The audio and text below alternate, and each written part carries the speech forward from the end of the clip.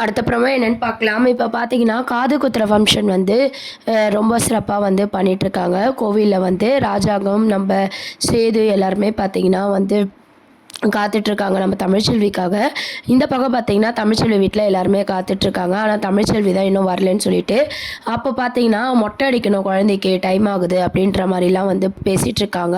அப்போ ஈஸ்வரி என்ன பிளான் போடுறாங்கன்னா, இப்போதைக்கு தமிழ் வரமாட்டா. நம்ம ஏன் ஐஸ்வர்யா மடியில உக்காந்து குழந்தைக்கு காது குத்துனா, கண்டிப்பா தமிழ்ச்செல்விக்கு இது கடுப்பாகும். இத வச்சு ஒரு பிரச்சனைய பண்ணலாம் அப்படின்னு சொல்லிட்டு, ஈஸ்வரி வந்து யோசிச்சுட்ருக்காங்க. அப்பதான் என்ன ஆகுதுன்னு பார்த்தீங்கன்னா, சீக்கிரம் வந்து ஐஸ்வர்யாவ உட்கார வச்சு, குழந்தைய வந்து ஐஸ்வர்யா மடியில வச்சு காது குத்தணும்னு சொல்லி ஈஸ்வரி பிளான் போடுறாங்க. அங்க எல்லாரும் தமிழுக்காக காத்துட்ருக்கும்போது, நம்ம ராஜாங்கம் கேட்குறாங்க, "எங்க தமிழ காணோம்?" அப்படின்னு சொல்லிட்டு. அப்போ நம்ம பாட்டிமா என்ன சொல்றாங்கன்னா, "உங்க வீட்ல தான் வந்து 15,00,000 ஆகும். அதுல பாதி காசெல்லாம் கேட்டிருக்கீங்க. அந்த 7,50,000க்கு தான் தமிழ் எங்கள முன்னாடி போ சொல்லிட்டு, நான் வரேன்னு சொல்லியிருந்தா.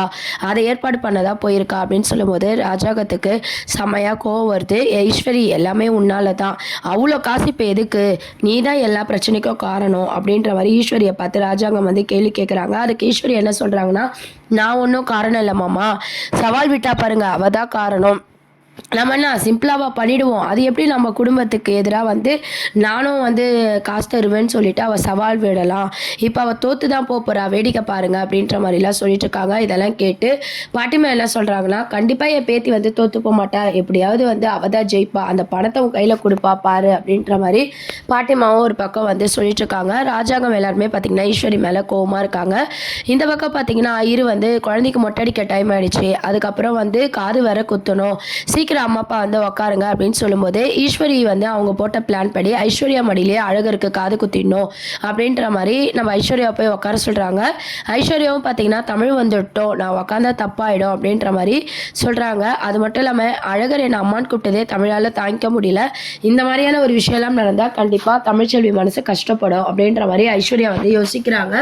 ஈஸ்வரி வந்து கஷ்டப்படணும் தானே நான் இதெல்லாம் பண்ணிட்டுருக்கேன்னு சொல்லி மனசுல நெனச்சுக்கிட்டு, தமிழ் வரத்துக்கு வந்து டைம் ஆகும் போல. நீ முதல்ல உட்காரு. அப்புறம் கூட காது குத்தும்போது அவ வந்துக்கட்டும்." அப்படின்ற மாரி ஐஸ்வர்யா வந்து எப்படியோ சமாதானம் பண்ணி, எல்லாரையும் சமாதானம் பண்ணி ஐஸ்வர்யாவ சேது பக்கத்துல உட்கார வைக்கிறாங்க.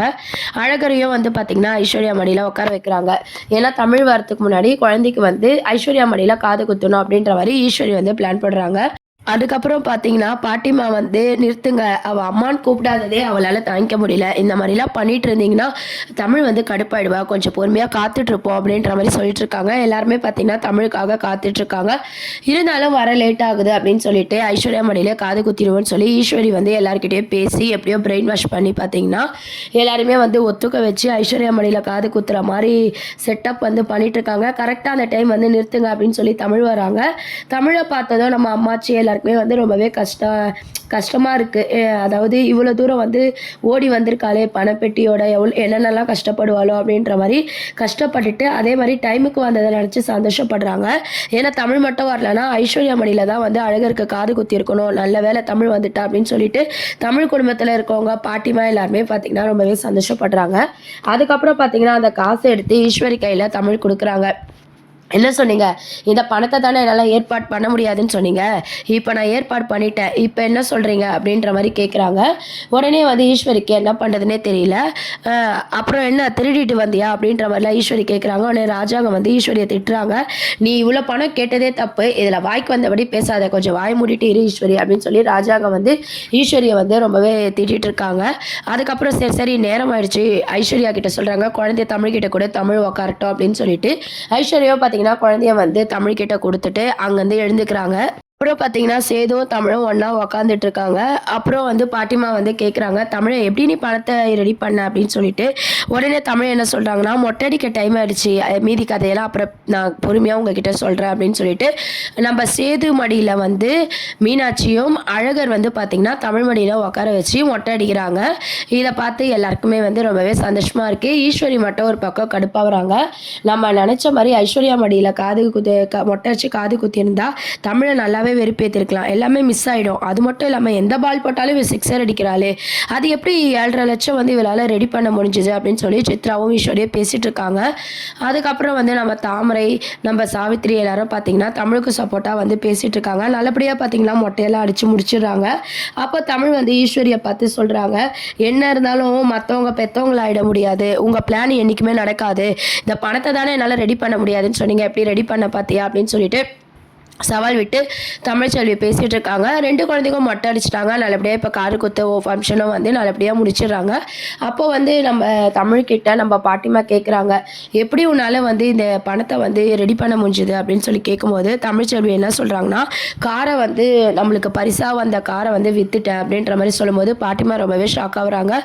ஆமாம், அந்த கார் இருந்தால் என்ன யூஸு, நான் கற்றுக்கினாலும் இப்போதைக்கு நம்ம நினச்ச டைமில் வந்து அந்த காரில் போக முடியாது இல்லையா, அதுக்கு போடுற பெட்ரோல் என்ன விலை விற்கிது, அது நம்மளுக்கு இருக்கிறதுக்கோ இல்லாமல் இருக்கிறதோ ஒன்று தான். அதனால தான் இப்போதைக்கு என் குழந்தைங்களுக்காக அந்த காரை வந்து நான் விற்று தான் இந்த காசை ரெடி பண்ணேன் அப்படின்னு சொல்லிட்டு, இது நமக்கான கார் தானே, அதனால தான் அந்த காசை கொடுத்துட்டேன் அப்படின்ற மாதிரி சொல்லும்போது பாட்டிமாவுக்கு வந்து என்னதான் சேது கொடுத்த காருன்னு தெரிஞ்சாலும் வெளியே சொல்ல முடியாதனால அப்படியே சைலண்ட் ஆயிடுறாங்க. அப்புறம் வந்து தமிழ்ச்செல்வி இந்த உண்மையை சொன்னதும் வந்து பாட்டிமாவும் தமிழ் பண்ணது கரெக்டு தான் அப்படின்ற மாதிரி அப்படியே அமைதியாகிடுறாங்க. அதுக்கப்புறம் நல்லபடியாக பார்த்தீங்கன்னா காது குத்துற ஃபங்க்ஷன்லாம் முடியுது. ஈஸ்வரி வந்து தமிழை வம்பிழுக்கிறாங்க, எப்படி உன்னால் 7.5 லட்சம் ரெடி பண்ண முடிஞ்சுது அப்படின்னு சொல்லும்போது ரொம்ப தப்பாக வந்து தமிழை பேசிகிட்டு இருக்காங்க. அப்போ பாட்டிமா வந்து அவளுக்கு பரிசாக கிடச்ச காரை விற்று தான் அவள் பண்ணியிருக்கா அப்படின்ற மாதிரி சொல்லும்போது நம்ம ஈஸ்வரி என்ன சொல்கிறாங்கன்னா, என்னது பரிசாக கிடச்ச காதா, ஓ சேது வந்து கொடுத்தானே அதுவா அப்படின்ற மாதிரி உண்மையெல்லாம் வந்து ஈஸ்வரி வந்து சொல்லிட்டாங்க. இதை கேட்ட தமிழ் வந்து ரொம்பவே கோவப்படுறாங்க. என்ன சொல்கிறீங்க நீங்கள் அப்படின்னு சொல்லி கேட்கும்போது, ஆமாம் நீ காலேஜுக்கு பஸ்ஸில் போகிற, எங்கள் வீட்டு வாரிசு பஸ்ஸில் போகக்கூடாதுன்னு சொல்லிட்டு தான் சேது மூலமாக அது உனக்கு பரிசு கிடைச்ச மாதிரி எல்லாரும் செட்டப் பண்ணோம், அதை தான் நீ வித்தியா, கடைசியில் இதுவும் எங்கள் வீட்டு பணம் தான் அப்படின்னு சொல்லி ஈஸ்வரி வந்து சொல்லிட்டு இருக்காங்க. இதை கேட்ட தமிழ் ரொம்பவே கோவப்படுறாங்க. ராஜாங்கம் நம்ம சேது எல்லாருமே பார்த்தீங்கன்னா ஈஸ்வரி எதுக்கு இப்போ இந்த உண்மையை சொல்லணும் அப்படின்ற மாதிரி திருன்னு முழிச்சிட்டு இருக்காங்க. இதெல்லாம் கேட்ட தமிழ் ரொம்பவே கோவப்பட்டு, இதுக்கு பாட்டிமா நீங்களும் உடந்தையா அப்படின்ற மாதிரி பாட்டிமா மேலே எப்பவும் போல தமிழ் வந்து கோவப்பட்டு இருக்காங்க. என்னை ஏன் நிம்மதியாவோ தன்மானத்தோட வாழ விட மாட்டீங்களா அப்படின்ற மாதிரி கோவப்படுறாங்க. இது எங்கள் காருன்னு நினச்சி தான் நான் இது பண்ணேன் அப்படின்ற மாதிரி தமிழ் சொல்கிறாங்க. உடனே ஈஸ்வரி வந்து, இது எங்கள் வீட்டு பணத்தில் வந்த கார் தானே, அப்போ இது எங்கள் பணத்தை வச்சு தானே நீ எங்களுக்கே கொடுத்துருக்க, இப்போ ஒன்றும் இவனும் ஜெயிச்ச மாதிரி நினச்சிக்க வேணாம் அப்படின்ற மாதிரி ஈஸ்வரி சொல்கிறாங்க. உடனே நம்ம தமிழ் வந்து சவால் விடுறாங்க, என்னென்னா இது எனக்கு தெரியாமல் நடந்த ஒரு விஷயமா இருக்கலாம், எப்போ இந்த உண்மை தெரிஞ்சதோ இதுக்கப்புறம் வந்து அந்த காரு இந்த பணம் எதுவுமே நான் ஏற்றுக்க மாட்டேன், நான் சொன்ன மாதிரி 7.5 லட்சம் வந்து நான் கொடுத்துருவேன் அப்படின்னு சொல்லி டைம் கேட்குறாங்க. உடனே ஈஸ்வரி வந்து, போதும் இதுக்கு மேலே நீ நிறைய சவால்லாம் விட்டுட்ட, உன் சவால்லாம் எங்களுக்கு தேவையில்லை அப்படின்ற மாதிரி சொல்லிட்டு இருக்காங்க. சவால் விட்டு நம்ம தமிழ் என்ன சொல்கிறாங்கன்னா, அந்த 7.5 லட்சத்தை எப்படின்னா நான் வந்து ரெடி பண்ணி கொடுத்துருவேன் அப்படின்னு சொல்லிட்டு கோவமாக அங்கேருந்து குழந்தைய தூக்கிட்டு போயிடுறாங்க. உடனே ராஜாங்கம் நம்ம பாட்டிமாலாம் ஈஸ்வரியை பார்த்து என்ன கேட்குறாங்கன்னா, இப்போ சந்தோஷமா உனக்கு அப்படின்ற மாதிரி கேட்குறாங்க. உடனே ஈஸ்வரி வந்து ரொம்பவே சந்தோஷப்படுறாங்க. உடனே ஐஸ்வர்யா வந்து, நீங்கள் எவ்வளோ தப்பு பண்ணுறீங்க தெரியுமா, இதெல்லாம் தப்பு அப்படின்ற மாதிரி சொல்கிறாங்க. அடலூசே, நான் எல்லாமே உனக்காக தான் பண்ணேன், நீ செய்து கூட சந்தோஷமாக இருக்கணும் தான் இதெல்லாம் பண்ணேன் அப்படின்ற மாதிரி சொல்லும்போது, அப்படி ஒரு சந்தோஷமான வாழ்க்கை எனக்கு தேவையில்லை, எல்லாரையும் கஷ்டப்படுத்தி கிடைக்கிற வாழ்க்கை எனக்கு தேவையில்லை அப்படின்ற மாதிரி ஐஸ்வர்யா வந்து கோவமாக பேசிட்டு போகிறாங்க. என்னமோ இவ நல்லவ மாதிரி பேசுகிறா, இவ தானே தமிழ் வாய்ஸில் பேசியிருக்கா, என்னமோ இப்போ நல்லவ மாதிரி பேசுகிறா அப்படின்னு சொல்லிட்டு இவளுக்கு முதல்ல ஒரு முடிவு கட்டணும்னு சொல்லி ஈஸ்வரி வந்து யோசிக்கிறாங்க. இதெல்லாம் தான் அடுத்த அப்கமிங் ப்ரோமோவாக இருக்குது. இதை பற்றி உங்கள் கருத்துக்களை கீழே கமெண்ட் செக்ஷன் சொல்லி சேனலை சப்ஸ்கிரைப் பண்ணுங்கள். தேங்க்யூ.